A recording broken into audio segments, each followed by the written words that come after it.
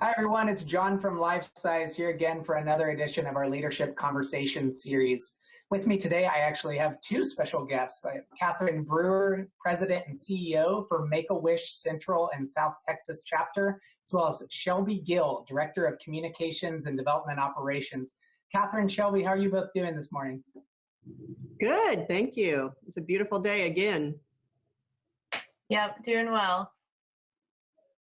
So MakeAWish is an incredible organization that many of us are familiar with and have heard something about. But for those in the audience that maybe aren't familiar with your mission, Catherine, what can you share with them about what MakeAWish does in our local communities? Sure, thanks, John, and thanks for having us here. We grant wishes to, what's important is they're life-changing wishes to children who are dealing with critical illnesses.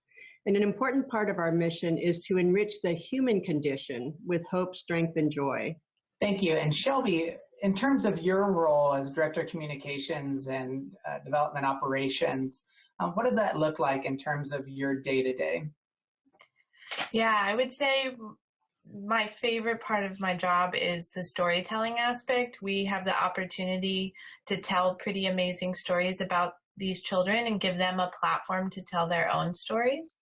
So that's a part of my job that I really love. Outside of that, I oversee all of the systems behind fundraising. So the stewardship and all of the feel-good stuff that goes along with raising money to help grant wishes.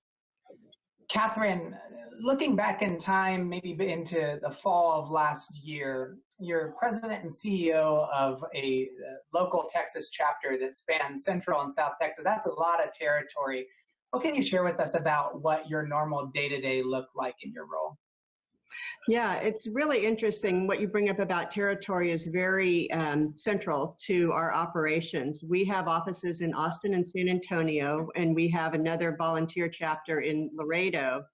So we grant wishes from Killeen to Laredo, and it's 300 a year, so that's almost one a day. We have to span not only for our wish families and wish children, but our staff and our volunteers are working 42 counties and going into homes to do wish interviews. And then our board members, who are very busy professionals, are gathering to meet once a month in both San Antonio and Austin, and some are coming in between. So Catherine, after it became clear that the coronavirus was going to be disruptive, and many of us have been sent home now and have been self-isolating and working remotely for going on 2 months, what was that experience and change like for the MakeAWish team? You know, John, it was really incredible. On Wednesday, March 10th, we had our morning staff meeting. We said, hey, let's do a at-home meeting so that we can test out working from home. Somebody said, well, how about next week? And I said, well, how about tomorrow morning? And we actually immediately held a meeting the next morning from home. It worked so well that everybody just came in and got their stuff. And by Friday, we were working from home and just didn't miss a beat. It was really incredible. Yeah, that's great to hear. And Shelby, can you speak a little bit more about what this virtual wish fulfillment process has been like for you? Obviously, that's a big departure from how this process has worked in the past, but how seamless has it been? Has this been something that the team has responded to favorably? Definitely. One of the really most important parts of the wish is the initial wish interview, where the kids begin to brainstorm and think about what their one true wish is. And so we wanted to make that process still really special, but obviously deliver it in a really safe format, which is currently via Lifesize. And so we launched our first round of virtual wish interviews about 2 weeks ago. And yesterday, it was Giving Tuesday now, which is they transitioned one of the largest days of donation to help with COVID relief. And one of our wish granting volunteers wrote this comment on Facebook. Yesterday, I conducted my first virtual wish interview for MakeAWish Central and South Texas. While it wasn't the same as being in person, I'm so impressed with the organization's ability to set up the infrastructure for virtual interviews so that Abigail can get one step closer to her wish. Despite these challenging times, please consider supporting with a donation today. So, I mean, I think it's just amazing to see that it's still something really special and resonates with our wish granting volunteers, and they feel comfortable in this format to still provide a really magical and special interview for these kids. Yeah, that's amazing to hear that what you're continuing to do in community support families in need in spite of all the logistical challenges that many of us are struggling with right now. Catherine, you work day in, day out with families that are going through hardship. I would imagine for many of them, this is an incredibly stressful time. What can you share about your experience speaking with these families? What are they going through? What are their concerns? And how is Make-A-Wish supporting them? They are dealing with the same existential question that we do, is in having our lives threatened. They're dealing with the economic issues that we do in terms of people losing their jobs or having their wages cut. Our families also have to take time off to take care of their children, and in that case, do suffer economic hardship and have medical bills on top of that. Secondly, just the isolation, I think, is something that we can all identify with now. Our families often have to be alone, either just to take care of medical issues or actually because of sensitivities, being medically fragile. Now we're dealing with that as well. And personally, I can feel it. I was really enjoying having a job, being healthy and safe and enjoying the spring. And now I find the isolation is wearing on me. I'm becoming more touchy and that sort of thing. And I think I don't know if everybody's feeling that, but I think now we can identify in a small bit with what our families are going through every day. They get that 10x. And so that's really where now we can all identify with what it's like to be a family with a critically ill child.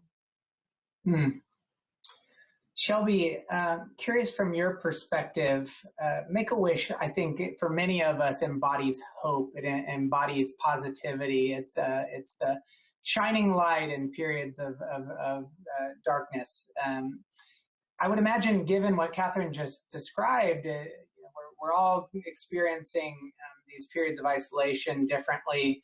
But at the same time, the organization itself is spreading this message of hope. How does your team balance that, what we're going through personally, while continuing to fulfill sort of the broader mission of the organization?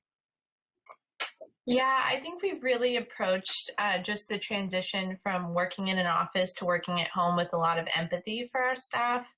And I've been pretty amazed at just the energy around wanting to continue to grant wishes and to be even more effective. And I think in ways we've gotten stronger in collaboration with our San Antonio office. We had a meeting recently where our district director of San Antonio mentioned that she had never felt like we had collaborated this well before, and that this COVID and us all really relying on digital communication the way our San Antonio office relies on it to speak with us had really strengthened our team.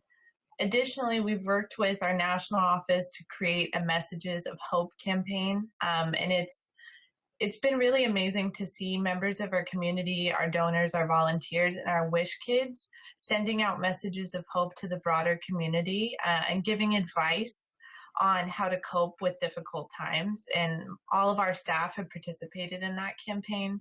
So it's been really beautiful, I think, to see the community that's come out of all of this.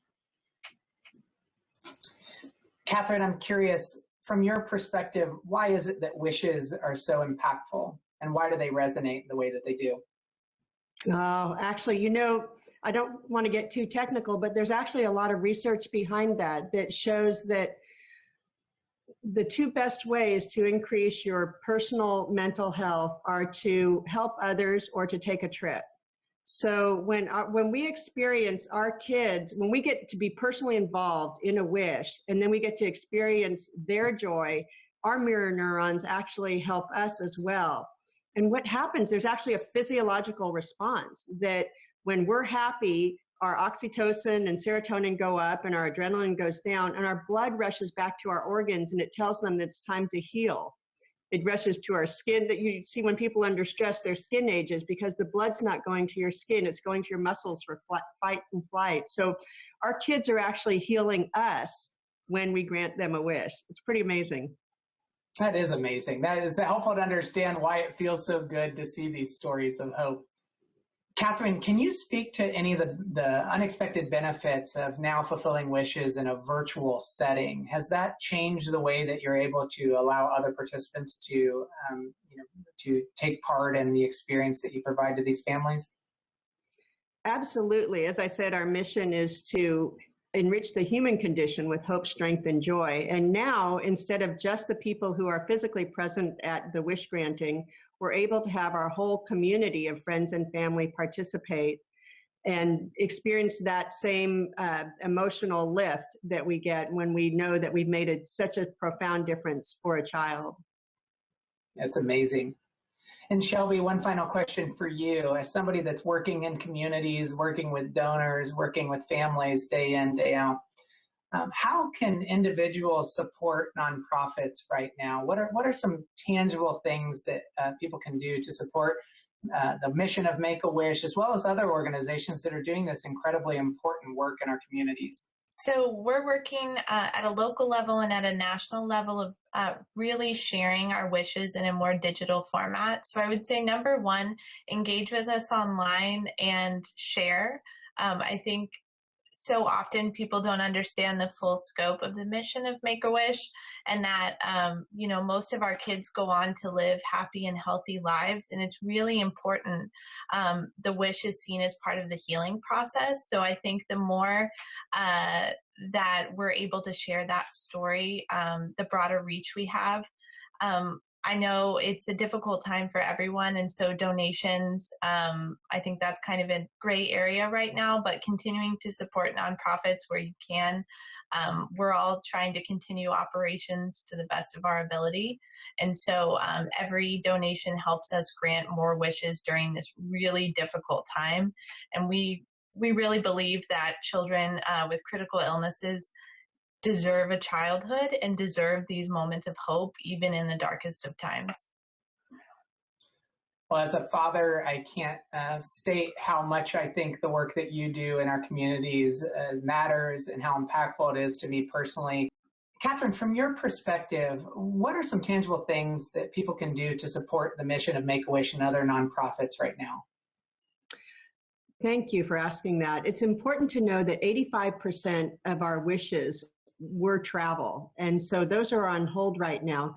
But the other 15% are actually mostly what we call to have. So to have an outdoor play area for children who are medically fragile, to have a indoor music studio, or some sort of computer technology setup. And so people can actually help us by helping us support those in-kind wishes, either with the actual materials or, I think we really can't do labor right now, but actually, the physical materials or cash to help us buy those materials. Right now, our donations have really been reduced. So it would be really helpful if people could help us, supply those in-kind materials. Yeah, thank you. And I think that's a great reminder that there are other ways that we can all contribute right now, even if financially we're not able to. Well, Catherine and Shelby, thank you again for your time today. Thank you for the amazing work that you and your entire team do in our communities. I really appreciate the time. Thank you.